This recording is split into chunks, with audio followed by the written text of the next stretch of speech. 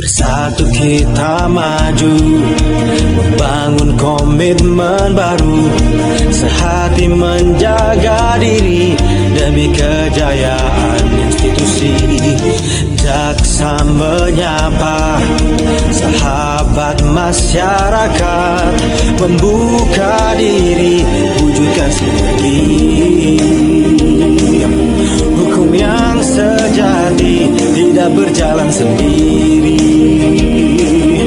Tunaikan bakti, masyarakat menanti. Jaksa menyapa, berjalan bersama. Jaksa menyapa, ada di tengah Anda. Tinggalkan masa lalu, sambutlah era baru. Jaksa menyapa, sahabat kita semua.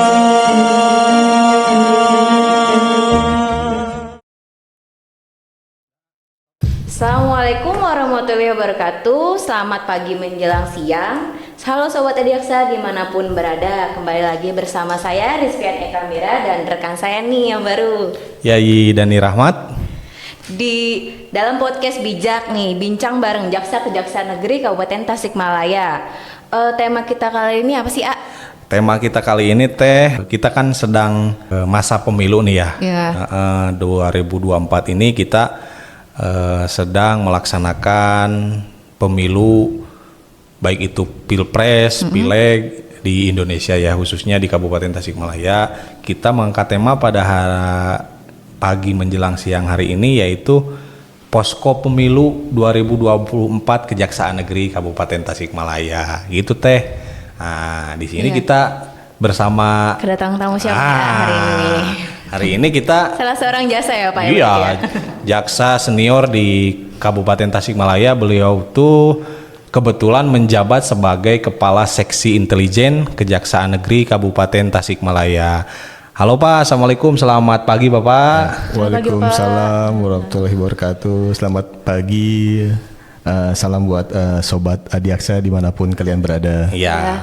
Bagaimana Pak Kasih? Sehat Pak Kasih? Alhamdulillah, kabar baik. Alhamdulillah saya sehat. Alhamdulillah. Walafiat hari ini. Berkah Jum'ah Pak Kasih ya. Berkah Hari Jumat. Siap. Teh Rizpi, kita tahun ini podcast keberapa nih Teh Rizpi? Podcast pertama ya. Oh, podcast Tahun pertama ya, 2024, alhamdulillah. ya. Kemarin kita 2023 alhamdulillah sudah melaksanakan podcast setiap bulan satu kali ya. Ya. Kebetulan podcast perdana nih Teh Rizpi di 2024. Kita sekarang mengangkat tema Posko Pemilu Kejaksaan Negeri Kabupaten Tasikmalaya. Banyak pertanyaan mungkin yang akan dilayangkan kepada pembicara. Mungkin dari Ayai dulu, mungkin mau nanya apa nih? Kalau saya sih Pak Kasintel lebih ke Sobat Adiaksa biar tahu kaitan tupoksi Kejaksaan RI ini Pak Kasintel di bidang intelijen khususnya karena kebetulan kita bisa menghadirkan langsung Kepala Seksi Intelijen di sini Sobat Adiaksa. Mungkin pertanyaan pertama itu dulu Pak Kasintel. Siap.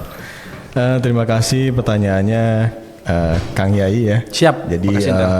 perlu saya jelaskan bahwa kejaksaan itu kan memang memiliki beberapa bidang ya. Betul. Dan diantaranya salah satunya adalah bidang intelijen. Betul Pak Kasintel. Jadi berdasarkan tupoksi kami bidang intelijen mempunyai fungsi intelijen yaitu penegakan hukum. Oh, betul, Pak penegakan hukum sebagaimana diatur dalam pasal 30 B Undang-Undang Nomor 16 Tahun 2004 tentang Kejaksaan Republik Indonesia yang sudah diubah sekarang dengan Undang-Undang Nomor 11 Tahun 2021 ya tentang perubahan atas Undang-Undang Nomor 18 Tahun 2004, di mana disebutkan intelijen penegakan hukum kejaksaan itu memiliki kewenangan ya, yaitu melaksanakan pencegahan korupsi, kolusi dan nepotisme, sehingga kita di bidang intelijen ini sangat berperan aktif sekali dalam penegakan hukum, khususnya di bidang intelijen. Betul. Demikian. Jadi jadi pencegahan berarti Pak Pencegahan, ya. betul.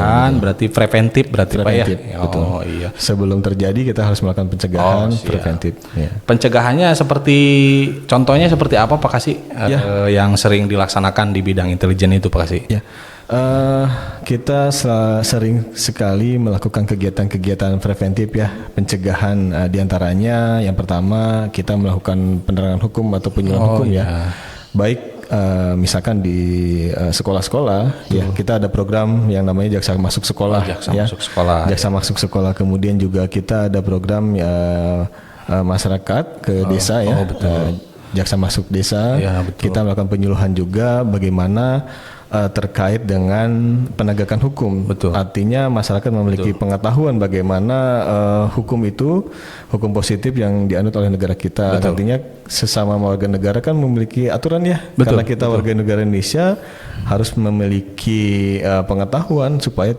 kita mengetahui dasar-dasar tentang pengetahuan ilmu hukum itu sendiri. Siap. Paling intinya seperti itu Pak Kasintel ya, tupoksi di bidang intelijen kejaksaan. Nah, bagaimana Trispi? Ada pertanyaan dari Trispi nih. Dari saya Pak, ini bagaimana sih peran aktif Kejaksaan RI dalam kegiatan pemilu itu? Oh ya, peran aktif Kejaksaan Republik Indonesia ya. Sebetulnya setiap institusi itu memiliki peran aktif ya, aktif masing-masing. Khususnya kita Kejaksaan Republik Indonesia ya.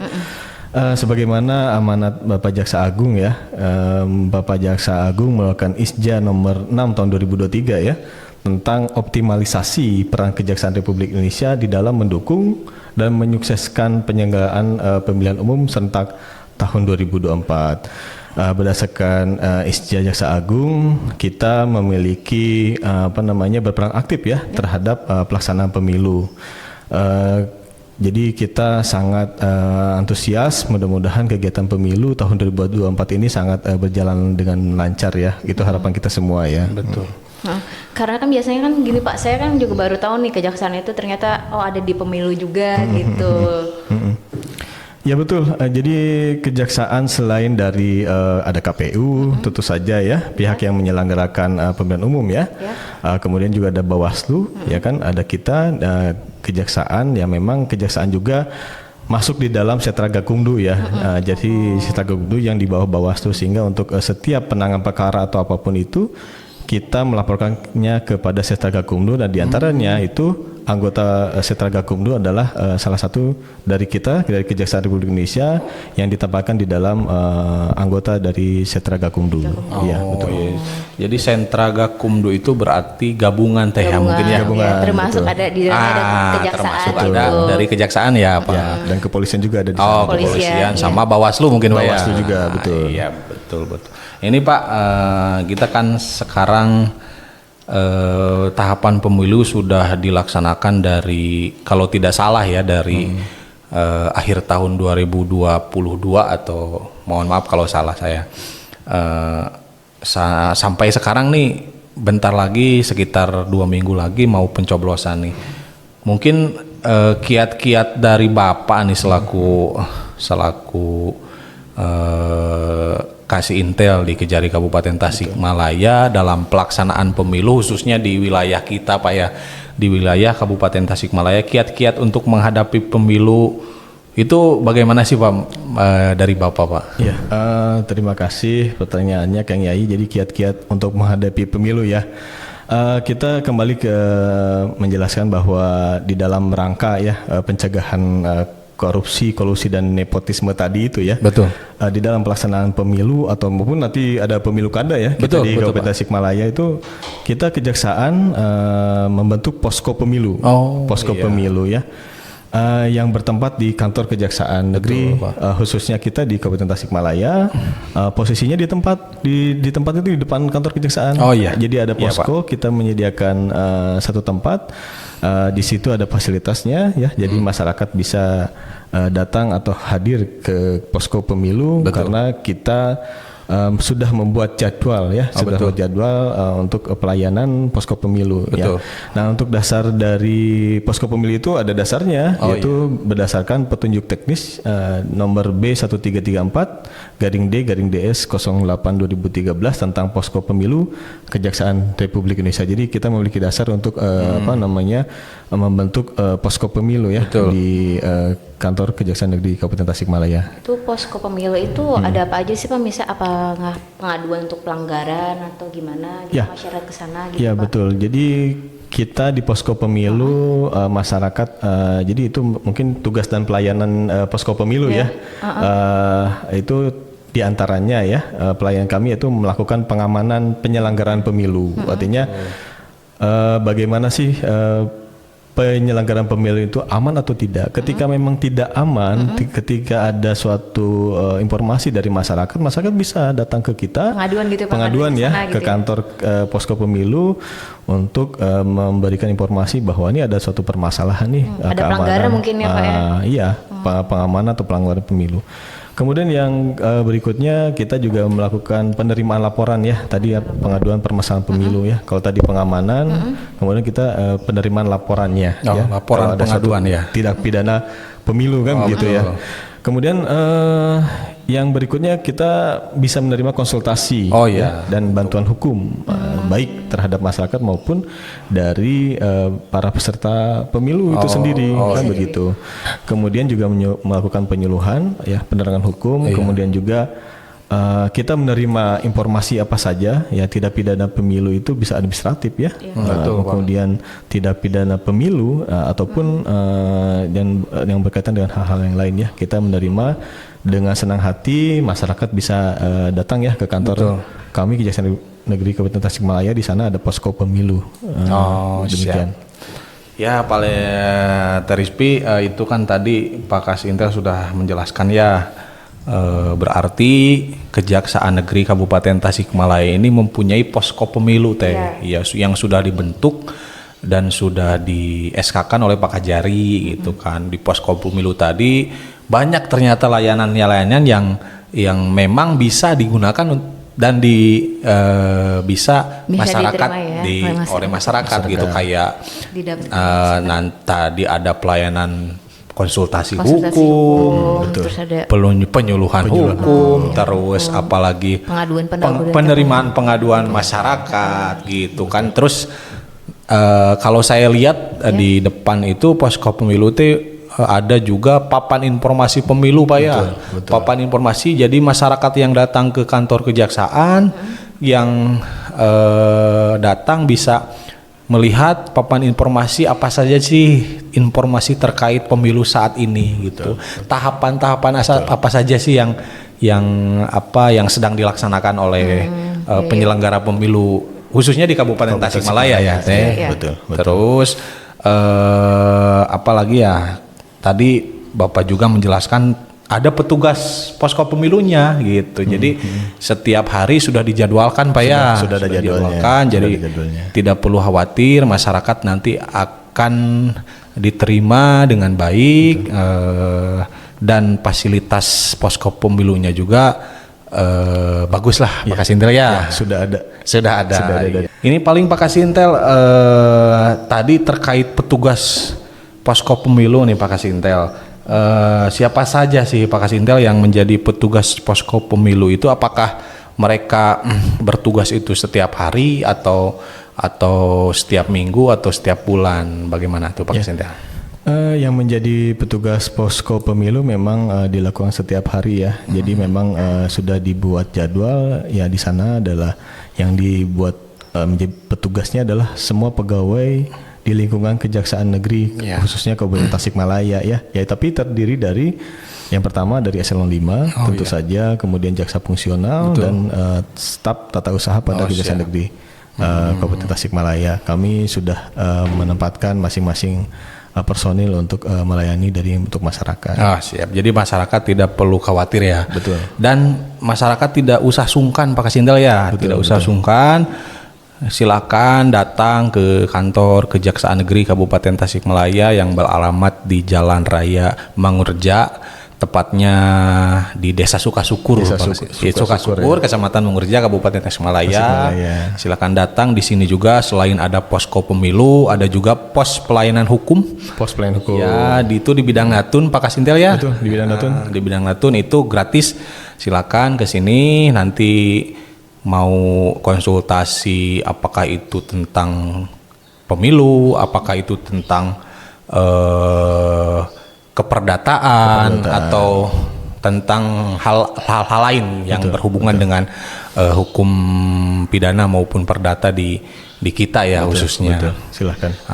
Terus ini Pak Kasintel, itu kan ada petugas posko pemilu Pak Kasintel ya, petugas posko pemilu yang memang ditempatkan di situ, dibikin surat perintah oleh Bapak Kajari. Secara umum apa sih Pak Kasintel petugas posko pemilu itu Pak Kasintel? Iya.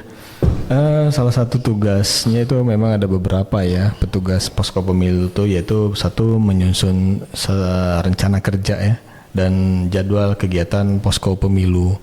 Kemudian juga yang tadi itu menerima informasi dan pengaduan ya terkait potensi ancaman, gangguan, hambatan dan AGHT ya yang terjadi di masyarakat terhadap pemilu itu. Kemudian juga melaksanakan kegiatan intelijen juga ya, pengamanan atau operasi intelijen terkait penyelenggaraan pemilu. Betul, Pak Kasintel. Kemudian juga ya tadi memberikan konsultasi hukum, kemudian juga melaksanakan program penyuluhan hukum. Betul. Ya. Kemudian juga melaksanakan tugas lainnya yang sesuai dengan petunjuk dari arahan pimpinan kami. Demikian. Banyak sekali ya tugas-tugas tapi khususnya untuk pemilu 2024 ini ya di posko pemilu. Ya, mudah-mudahan dengan adanya petugas posko pemilu dan adanya posko pemilu tersebut, pelaksanaan pemilu khususnya di Kabupaten Tasik berjalan dengan aman dan lancar gitu Pak Kasintel ya. Betul. Apalagi Trispi yang mau ditanyakan? Ada potensi nih Pak permasalahan pemilu nih yang dilakukan oleh petugas posko pemilu itu gimana Pak? Apa yang dilakukan gitu? Apabila terjadi potensi gitu permasalahan pada pemilu gitu. Jadi kalau apabila ditemukan indikasi pelanggaran ya, jadi kita bedakan pelanggaran, ada satu pelanggaran administrasi ya. Betul Pak Kasintel. Pelanggaran administrasi dan kode etik. Pada penyelenggara pemilu bisa dilaporkan kepada Bawaslu ya. Kita akan meneruskan pelanggaran tersebut ke Bawaslu. Kemudian apabila ada indikasi tidak pidana pemilu ya, petugas akan meneruskan ya, petugas posko pemilu tersebut ya akan meneruskan kepada sentra Gakumdu yang memang di bawah Bawaslu seperti itu. Tapi kan sentra Gakumdunya, jadi ada tim di sana. Kemudian dan apabila ada indikasi sengketa tentang perdata dan tata usaha negara, kemungkinan juga bisa terjadi tentang perdatanya ya, tentang pemilu ini, petugas posko pemilu akan berkoordinasi dengan bidang perdata dan tata usaha negara yang memang itu ada di Kejaksaan Negeri Kabupaten Tasikmalaya dan Natun, demikian. Tapi mudah-mudahan ya di Kabupaten Tasikmalaya ini tidak ada potensi ancaman ya atau permasalahan, mudah-mudahan lancar-lancar aja. Saya harapkan itu sih. Ya. Apalagi nih pertanyaannya nih. Tadi berarti potensi ancamannya apakah itu lapdu yang masuk yang dari masyarakat kepada posko pemilu, berarti nanti tindak lanjutnya ke Bawaslu dan sentra Gakumdu Bang. Betul. Betul. Yang menjadi harapan nih, yang menjadi harapan khususnya mungkin bagi kita semua ya, yang bagi kita semua dan khususnya yang ada di Kabupaten Tasikmalaya dan Kejaksaan Negeri Kabupaten Tasikmalaya terkait pelaksanaan pemilu tahun 2024 di Kabupaten Tasikmalaya itu bagaimana Pak? Ya. Terima kasih Kang Yai. Jadi untuk pelaksanaan pemilu ini kan memang secara langsung ya serentak dilakukan di seluruh Indonesia ya. Ini kan dilakukan secara umum, bebas, rahasia, jujur dan adil ya di Indonesia. Mari kita gunakan hak pilih kita ya, masing-masing warga negara kita mempunyai hak pilih sesuai dengan daftar DPT. Kita lancarkan kegiatan pemilu di Indonesia karena memang yang dipilih itu memang nanti yang menunjukkan bahwa bagaimana masa depan bangsa Indonesia. Artinya kita mempunyai andil di dalamnya ya. Nah, mudah-mudahan memang pelaksanaan informasi dari kemarin kita pantau dari pemilu memang sudah sortir lipat itu sudah selesai. Betul. Ya, sudah pengemasan sehingga nanti pada pelaksanaannya mudah-mudahan sebelum hari H itu sudah berpindah ya ke tempat TPS ya, mudah-mudahan sehingga memang banyak daerah-daerah yang sulit dijangkau mungkin ya, karena Kabupaten Tasikmalaya ini terlalu luas sih Pak ya, besar ya, luas dan memang area-areanya cukup sulit juga. Mudah-mudahan bisa sampai dan saya yakin bisa berjalan dengan lancar sehingga para pemilih bisa mencoblos dengan baik dan nyaman. Demikian mungkin harapan kami semua. Terima kasih. Itu Terispi. Jadi harapan kita semua lah itu ya, harapan kita semua. Terus saya juga Pak Kasintel ingin sedikit inilah Pak, ingin sedikit memberikan ini, mudah-mudahan semua penyelenggara pemilu dari bawah sampai atas gitu, betul. Dari KPPS, dari PPS, PPK dan sebagainya sehat walafiat. Terus pas pelaksanaannya tidak kurang satu hal apapun. Terus mudah-mudahan berjalan dengan aman, lancar, kondusif. Terus jaga kesehatan jaga itu kesehatan. Paling utama. Karena melihat dari pemilu yang dulu, itu sampai ada yang meninggal banyak ada yang kelelahan itu Pak ya, betul. Banyak kelelahan. Terus nanti kan Terispi juga nyoblos ya. Iya, nyoblos kita gunakan hak pilih kita sesuai hati nurani kita. Betul. Nanti kan ada 5 suara nih Pak, 5 suara. Benar-benar KPPS harus menjaga kesehatan. Betul. Sobat Adiaksa yang menjadi KPPS nih, yang menjadi anggota KPPS, terus PPS di desa, di kecamatan, sehat, jaga kesehatan Pak Kasintel ya. Betul, jaga kesehatan, jangan lupa makan. Jangan lupa makan, terus vitamin juga. Pokoknya pas pelaksanaan tanggal 14 ya Pak Kasintel. 14 Februari hari Rabu, semuanya dalam keadaan sehat, dalam keadaan semangat gitu kan, tanpa ada kurang satu lain hal apapun gitu. Paling harapan kita semua dan khususnya Sobat Adiaksa nih yang menjadi penyelenggara pemilu. Betul. Paling seperti itu Pak Kasintel. Ada lagi Pak Kasintel yang akan disampaikan ke Sobat Adiaksa nih? Itu sudah saya sampaikan tadi bahwa mudah-mudahan penyelenggaraan pemilu tahun 2024 ini berjalan dengan baik, sehingga apa yang kita harapkan dapat maksimal mungkin dan pilihan masyarakat warga negara Indonesia itu mungkin yang terbaik ya buat kita semuanya. Mudah-mudahan lancar dan diberi kelancaran selalu. Demikian. Lupa nih, kita kan kemarin sudah podcast nih Teh dengan Bawaslu.